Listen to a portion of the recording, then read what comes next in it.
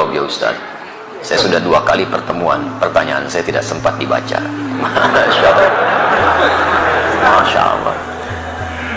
Baik, antum ini minta dibaca, minta dijawab. Baik ya, karena ada yang minta dibaca, saya bacakan, cuman nggak saya jawab, gitu kan?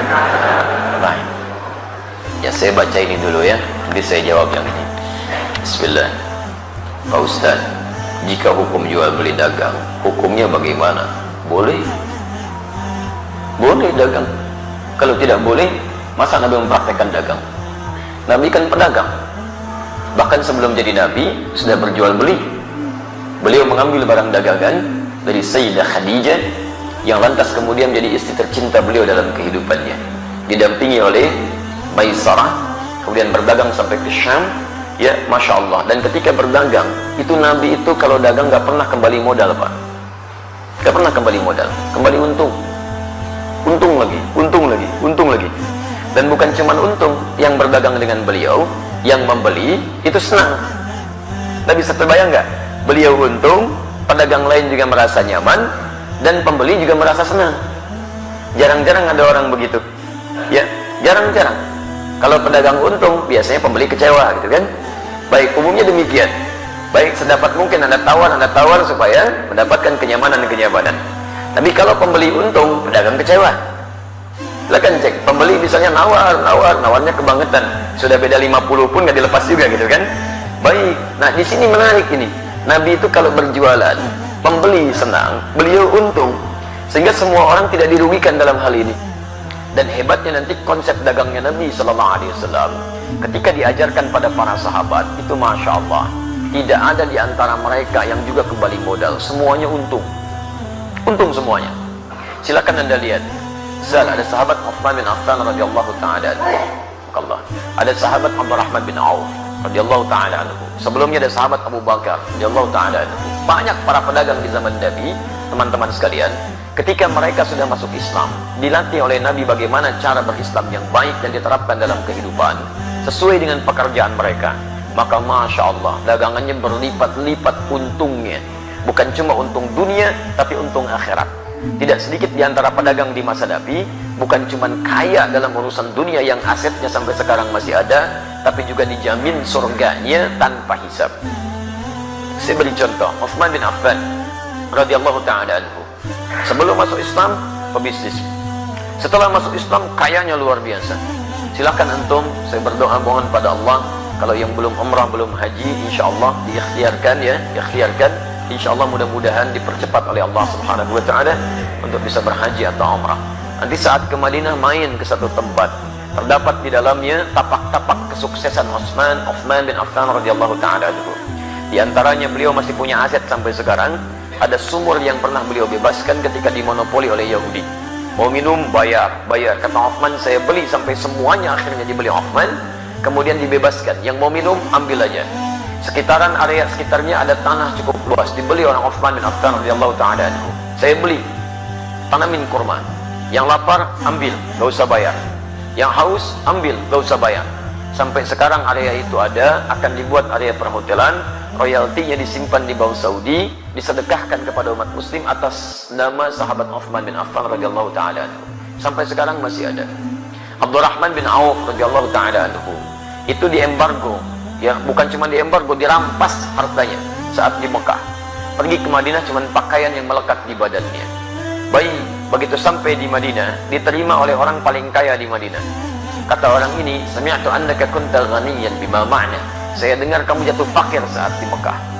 Kalau ingin kaya lagi, ambil setengah kekayaan saya. Kalau ingin menikah, cari pasangan, pilih pasangan terbaik di sini. Maka saya akan fasilitasi. Masya Allah. Teman-teman sekalian, apa jawabannya? Jazakallahu khairan bima ma'na. Semoga Allah berikan balasan terbaik untuk Anda. Arini ainal aswaq. Cukup tunjukkan kepada saya di mana pusat bisnisnya. Dagang. Dipraktekkan ilmu dari Nabi. Modal cuma pakaian. 3 bulan. Jadi orang paling kaya nomor 3 di Madinah. 1 tahun jadi orang paling kaya di Madinah. Yang kapaknya saja terbuat dari emas. Kapaknya.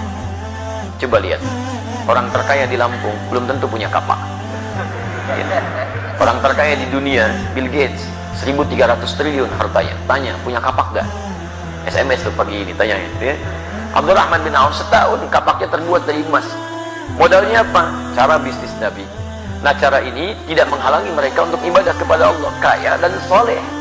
Silahkan cek buka kitabnya Imam An-Nawawi. Imam An-Nawawi punya kitab namanya At-Tibyan fi Adab Hamalatil Quran. Lihat versi Arabnya cetakan Darul Kutub Al-Islamiyah. Warnanya merah marun, halaman 38, paragraf yang pertama, baris 1 sampai baris yang kedua paling atas sebelah kanan. Kata Imam An-Nawawi rahimahullah, sahabat Utsman bin Affan, Abdurrahman bin Auf, ada Abu Darda, itu orang-orang, ada lagi At-Tamimi, itu orang-orang yang luar biasa. Tamim Ad-Dari, bukan At-Tamimi, Tamim Ad-Dari, yaitu malamnya di antara kesibukan mereka masih bisa menunaikan tahajud sampai khatam Al-Quran. Sampai khatam Al-Quran. Jadi pendekatan kepada Allahnya luar biasa. Makanya Allah buka rezeki mereka lebih daripada yang lain. Jadi kalau Anda ingin dapatnya rumusnya begini. Kalau Anda punya permintaan yang lebih daripada orang lain, maka dekati Allah dengan cara ibadah yang lebih daripada orang lain. Orang lain tidur, Anda bangun. Orang lain sedikit-sedikit tidur, Anda sedikit tidur. Orang lain sedikit-sedikit makan, Anda sedikit makan. Puasa, rajin. Tahajud, rajin. Ikhtiar juga rajin. Nanti dengan ikhtiar itu Allah mudahkan jalan keluar Anda. Wa may yattaqillaha yaj'al lahu makhraja wa yarzuqhu min haitsu la yahtasib. Demikian di Quran surah ke-65 ayat 2 sampai 3. Nah, saya persingkat jawaban untuk pertanyaan Anda di sini.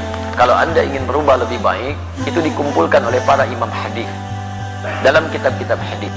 Disebut dengan Kitabul Buyu', bab tentang pembahasan bisnis dari Nabi SAW. Saran saya, keluarkanlah ayat-ayat Quran yang berbicara tentang cara berdagang, kemudian lihat tafsirannya dari Nabi, buka kitab Imam Al-Bukhari misalnya, buka Kitabul Buyu', bab tentang bisnis dari Nabi, keluarkan itu, duduk dengan sesama pedagang, jangan sendirian. Jangan ingin menguasai sendirian. Dulu teman-teman Nabi itu saling bersama-sama. Wah, kaya. Semua kaya, bahkan kaya banget. Ya, kumpul bareng-bareng. Kenapa antum gak kumpul para pedagang, pebisnis, pengusaha? Duduk bareng-bareng, tilawahi ayatnya, hadisnya, kemudian antum undang ustaz di bidangnya, diskusikan, praktekkan. Kalau nggak dipraktekkan kapan lagi? Ya silahkan kalau nggak percaya. Konsep itu sekarang diambil oleh orang Yahudi, dipraktekkan oleh mereka. Cuma mereka tidak pernah mengungkapkan istilah kalau itu diambil dari hadis Nabi. Konsep syariah itu sekarang banyak diadopsi Pak di Eropa. Bahkan di Inggris sekarang sedang marak tuh, di London macam-macam dikembangkan. Ya, kemudian oleh Yahudi dirubah istilahnya di Ventura. Ventura itu asalnya syariah, cuman dimodifikasi oleh mereka untuk menampilkan sistem hukum yang kira-kira bisa awet gitu. Syariah sekarang itu luar biasa. Di non-muslim saja sudah mengejar-mengejar konsepnya. Kenapa kita yang punya tidak menerapkan? Paham ya? Baik, sudah saya baca, sudah saya jawab intinya. Ya, di persoalannya barangkali nanti sesuaikan lagi ya.